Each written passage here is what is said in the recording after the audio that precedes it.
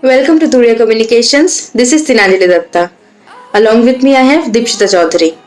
Today, we are going to talk about crisis management and media crisis communication. So, what is a crisis? A crisis is something that happens to you or your organization that can fundamentally threaten its existence and threaten your public perception with the key stakeholders, publics, regulators, and other people who care about you or your organization or the people you care about. Management helps the managers to feel the early signs of crisis, warn the employees against the aftermath, and take necessary precautions for the same. So, what are the types of crisis?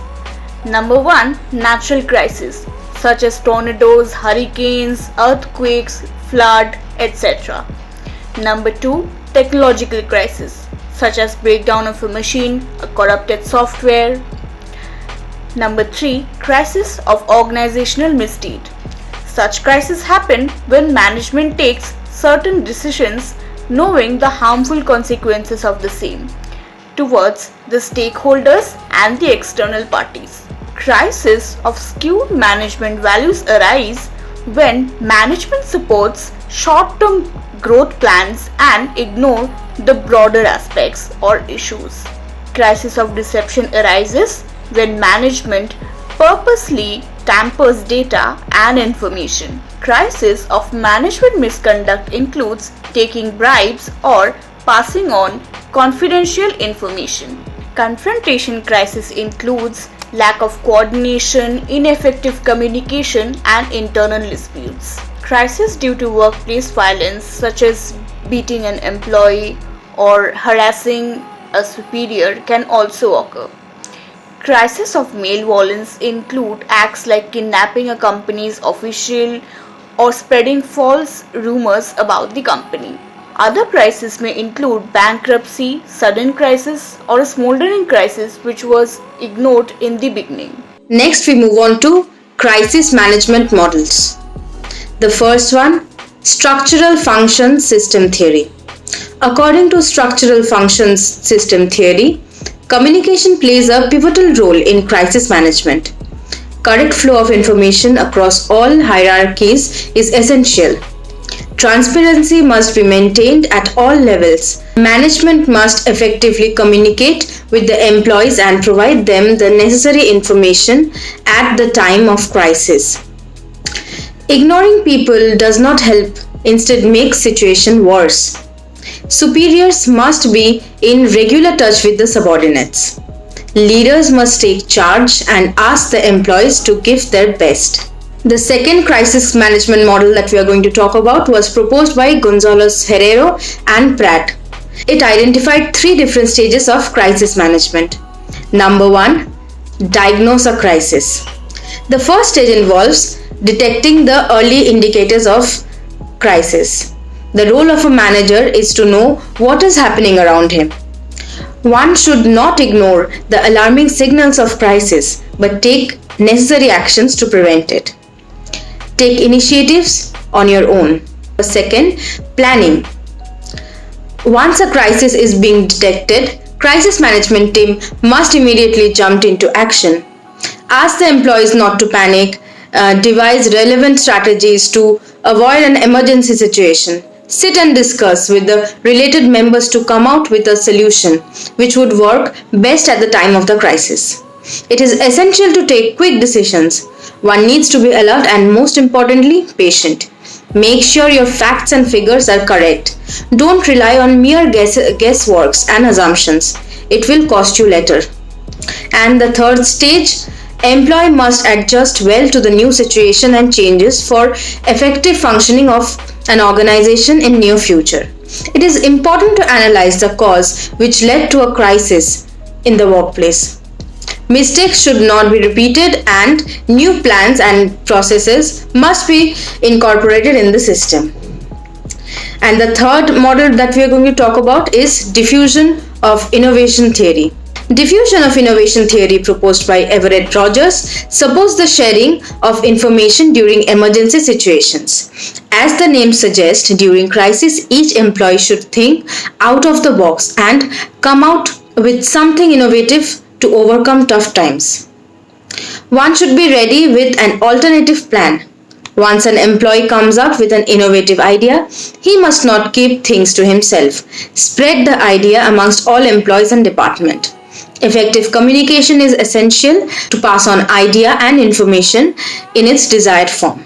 Next, we move on to biggest blunders to avoid while dealing with media during a crisis. It is very much crucial to deal properly with media during a crisis. Media has the power to shape the opinion of the public. If one can have media by its side, the organization's reputation can be saved. There are 5 main categories of blunder people make when it comes to dealing with media. The first blunder, not being available. During a crisis, the media and the public expects a statement from the spokesperson of the organization. And that has to be the CEO or the top person of the organization. It has to be seen as someone truly accountable. If you are not available to the media when they want you, or you show the media your closed doors, or you say something like no comments, that's a form of being unavailable. And it will have a very negative effect on your organization. Hiding from the media or avoiding the media will make you look guilty and arrogant, which will add on to the already existing problem being faced by your organization. The second blunder, giving overly complex and detailed answer. During a crisis, it is very important to give out an official statement or message to the media stating the basic facts about the crisis, such as what happened, how it happened, and what actions your organization is taking to handle the crisis. A blunder that a lot of organizations make is giving complex and overly detailed answers or statements to the media. This allows the reporters, editors, or even your enemies to pull one part out to make you look foolish or awful or insensitive. Also, overly complex answers leave the media and the public confused, which may result in misinterpretation of your statement, and this can make things not in favor of yours. In such situations, you should give out information in the simplest way possible. You need to keep your answers or statements short, crisp, and to the point, just giving out the facts. The third blunder, reusing the negative words that the reporters have in their questions and being too literal in your response. After a crisis, the reporters ask all sorts of questions which often have negative words in them. If you keep reusing the negative words from the question you have been asked and start putting those words back in your answer and be too literal in your sense, you will set up yourself in a very negative, defensive way. In such times, your response cannot be too literal to the question of the reporters. You simply have to answer it on your own terms and turn the negative words into positive. The fourth blunder, being optimistic. It is always good to be optimistic, but not during a crisis. In the initial stages of a lot of crisis, you won't really know when all the issues will get solved. If media asks you when will the issue be solved or how much time will it take to solve the issue, it is always better and safe to say the truth and give a response like, we don't know, we aren't sure right now about how much time is required to solve this issue. Let them know about the basic facts about the crisis and focus more on the action you are taking right now. Until and unless you are sure, don't make false claims. Don't just guess or make predictions. And the fifth blunder, being unsympathetic. A crisis not only affects an organization but a lot of other people too. Being the head of the organization, your response to the crisis should be always sensitive, sympathetic, and compassionate. You should take all the responsibilities of solving the problem and compensating for the harm that has been caused to the people. By doing this, you will make the people believe in you and you will not lose their goodwill. If your response is harsh, insensitive, mean, or apologetic, then people will think that you are a bad person. Such response will completely destroy your reputation along with the future aspects of your organization. Now we move on to writing a winning message. During the initial phase of a crisis, an organization should come up with a winning message for their employees, stakeholders, customers, clients, the media, and the public as soon as possible. Before the organization comes up with a message, before the first press statement, first interview, or press conference, they should know the basic facts about the incident and have the answers to the basic probable questions that will be asked. While preparing the message, they should keep in mind what are the facts the public and the media wants to know and what information they should give out which will answer all the questions that are arising. The message should stick to the facts about what happened and how it happened and what proactive actions that you are taking. It should contain probable information that the media and the public wants to know and the information the organization wants to give out. With a winning message, an organization can get the support and cooperation of the media and the public, which is very important during a crisis situation when an organization's reputation and future prospects are at threat. Next, we move on to secrets to being prepared for a crisis. Number 1 secret: identifying potential crisis. It is very important for every organization to identify what can go wrong and give rise to a crisis situation. By doing so, organizations will be able to identify their weak areas and work on it to avoid any crisis situation in future. Number 2, detailed action plan. Detailed action plan about crisis situation should be prepared beforehand because these situations are unpredicted and crisis can hit any organization at any time even after taking measures. With a plan, an organization will at least have an idea of what are the things they need to do during a crisis. They won't be totally at loss during a crisis if they have a plan. The third one, pre-approved crisis communication strategy and messaging. With a pre-approved crisis communication strategy and messaging, an organization will be able to take prompt actions when a crisis hits them. They will know exactly what to do, what to say to the media, and things to do to bring the situation under control. Number 4, prepare contact list.